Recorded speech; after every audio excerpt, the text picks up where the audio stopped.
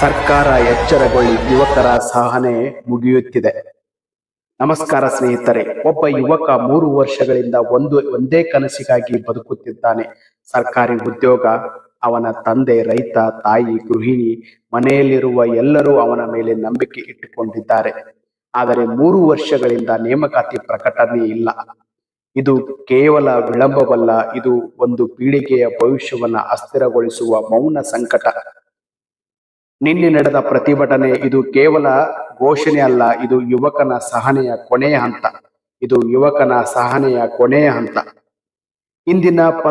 ಇಂದಿನ ಪ್ರಮುಖ ದಿನಪತ್ರಿಕೆಗಳಾದ ವಿಜಯ ಕರ್ನಾಟಕ, ಪ್ರಜಾವಾಣಿ ಮತ್ತು ಕನ್ನಡಪ್ರಭ ಪತ್ರಿಕೆಗಳಲ್ಲಿ ಪ್ರಕಟವಾದ ವರದಿಗಳ ಪ್ರಕಾರ ಸಾವಿರಾರು ಸರ್ಕಾರಿ ಹುದ್ದೆಗಳು ಖಾಲಿ ಇವೆ. ನೇಮಕಾತಿ ಪ್ರಕ್ರಿಯೆಗಳು ವರ್ಷಗಳಿಂದ ಬಾಕಿ ಇದೆ.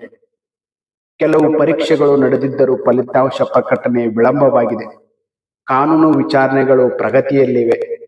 ಅದರಲ್ಲೂ ವಿಶೇಷವಾಗಿ ಒಳ ಮೀಸಲಾತಿ ಪ್ರಕ್ರಿಯೆಯು ಇನ್ನೂ ಪರಿಪೂರ್ಣತೆ ಆಗಿಲ್ಲ.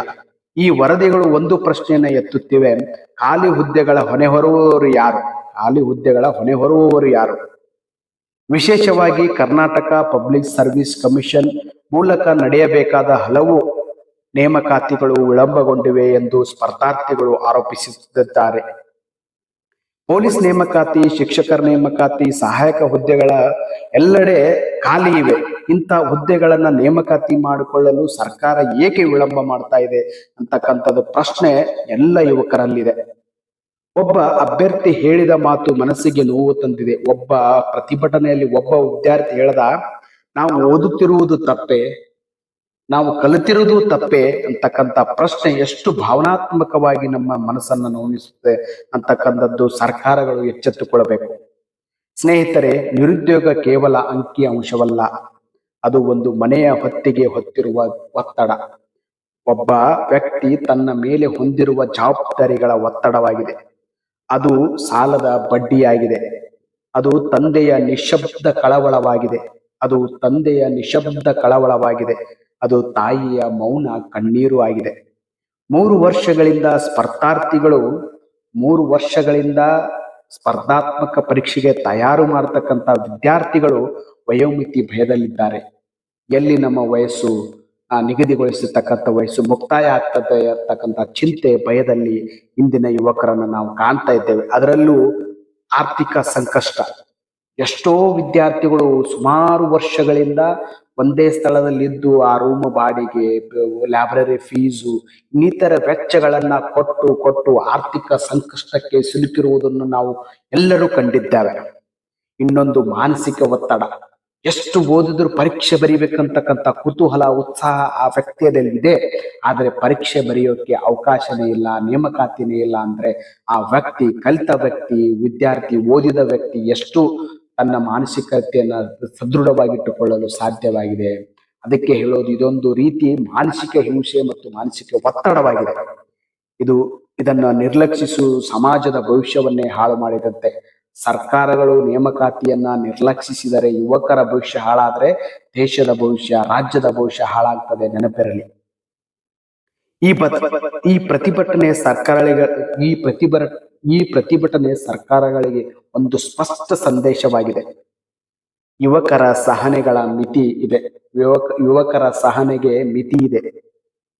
ಇಂದು ಅವರು ಶಾಂತಿಯುತವಾಗಿ ಪ್ರತಿಭಟಿಸುತ್ತಿದ್ದಾರೆ. ನಾಳೆ ನಿರಾಸೆ ಹೆಚ್ಚಾದರೆ ಅದು ಸಾಮಾಜಿಕ ಅಶಾಂತಿಗೆ ಕಾರಣವಾಗಬಹುದು. ಯುವಕರನ್ನು ನಿರ್ಲಕ್ಷಿಸುವ ಯಾವುದೇ ವ್ಯವಸ್ಥೆ ದೀರ್ಘಕಾಲ ಉಳಿಯುವುದಿಲ್ಲ. ಇತಿಹಾಸ ಅದಕ್ಕೆ ಸಾಕ್ಷಿಯಾಗಿದೆ. ಸರ್ಕಾರಗಳು ರಾಜಕೀಯ ಭಿನ್ನಾಭಿಪ್ರಾಯಗಳನ್ನ ಬದಿಗಿಟ್ಟು ಯುವಕರ ಉದ್ಯೋಗ ಪ್ರಶ್ನೆಗೆ ಆದ್ಯತೆ ನೀಡಬೇಕು. ಯುವಕರ ಉದ್ಯೋಗಕ್ಕೆ ಆದ್ಯತೆ ನೀಡಬೇಕು. ಸಮಸ್ಯೆಗಳಿಗೆ ಪರಿಹಾರ ಅತ್ಯವಶ್ಯಕವಾಗಿದೆ. ವಾರ್ಷಿಕ ನೇಮಕಾತಿ ಕ್ಯಾಲೆಂಡರ್ನ ಪ್ರಕಟಣೆ ಮಾಡಬೇಕು. ಸಮಯಬದ್ಧ ಫಲಿತಾಂಶ ಘೋಷಣೆ ಮಾಡಬೇಕು. ಖಾಲಿ ಹುದ್ದೆಗಳ ಪಾರದರ್ಶಕ ಮಾಹಿತಿ ಒದಗಿಸಬೇಕು. ನ್ಯಾಯಾಲಯದ ಪ್ರಕರಣಗಳಿಗೆ ವೇಗವಾಗಿ ಪರಿಹಾರ ಒದಗಿಸಬೇಕು. ಸ್ಪರ್ಧಾರ್ಥಿಗಳೊಂದಿಗೆ ಸಂವಾದವನ್ನು ಅಳವಡಿಸಿಕೊಳ್ಳಬೇಕು. ಇದು ಕೇವಲ ಆಡಳಿತಾತ್ಮಕ ಕೆಲಸವಲ್ಲ, ಇದು ಭವಿಷ್ಯದ ರಕ್ಷಣೆಯಾಗಿದೆ. ಸ್ನೇಹಿತರೆ, ಒಂದು ರಾಜ್ಯದ ಬಲ ಅದರ ಯುವಕರಲ್ಲಿದೆ.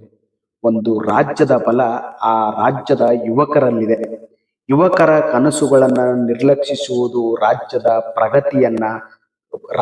ಪ್ರಗತಿಯನ್ನು ಕಾಣುವುದಿಲ್ಲ. ಇಂದು ಯುವಕರು ಕೇಳುತ್ತಿರುವುದು ಕೇವಲ ಉದ್ಯೋಗವಲ್ಲ, ಅದು ಅವರ ಗೌರವ, ಅದು ಅವರ ಹಕ್ಕು, ಅದು ಅವರ ಬಾಧ್ಯತೆ, ಅದು ಅವರ ಭದ್ರತೆ, ಅದು ಅವರ ಭವಿಷ್ಯವಾಗಿದೆ. ಸರ್ಕಾರ ಎಚ್ಚರಗೊಳ್ಳಲಿ.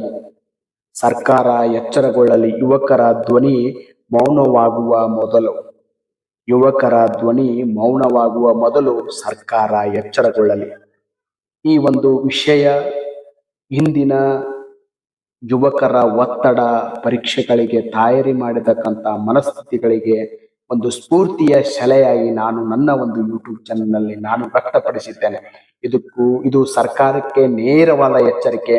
ಸುಮಾರು ವರ್ಷಗಳಿಂದ ಅಧ್ಯಯನ ಮಾಡ್ತಾ ಇದ್ದಾರೆ. ಅವರು ಎಷ್ಟಂತ ನೆನಪಿಟ್ಟುಕೊಳ್ಳಬಹುದು, ಅವರಿಗೆ ಎಷ್ಟಂತ ಮಾನಸಿಕ ಒತ್ತಡವನ್ನ ಹಿಂಸೆ ಆಗ್ತಾ ಇದೆ. ಅದಕ್ಕೆ ದಯಮಾಡಿ ಸರ್ಕಾರಗಳು ಏನೇ ಇರಲಿ, ಸರ್ಕಾರದ ಅಡೆತಡೆಗಳನ್ನ, ಒತ್ತಡಗಳನ್ನ ಅವೆಲ್ಲವನ್ನ ಸರಿಯಾದ ರೀತಿಯಲ್ಲಿ ಪರಿಹರಿಸಿ ನೇಮಕಾತಿಯನ್ನ ಆದಷ್ಟು ಬೇಗ ತುರ್ತಾಗಿ ಮಾಡಿ ಒಂದು ಯುವಕರಿಗೆ ನ್ಯಾಯಬದ್ಧವಾದಂತ ಸರ್ಕಾರ ನಿಮ್ಮನ್ನ ಆಗಲಿ ಅಂತ ನಾನು ಶುಭ ಹಾರೈಸ್ತೇನೆ.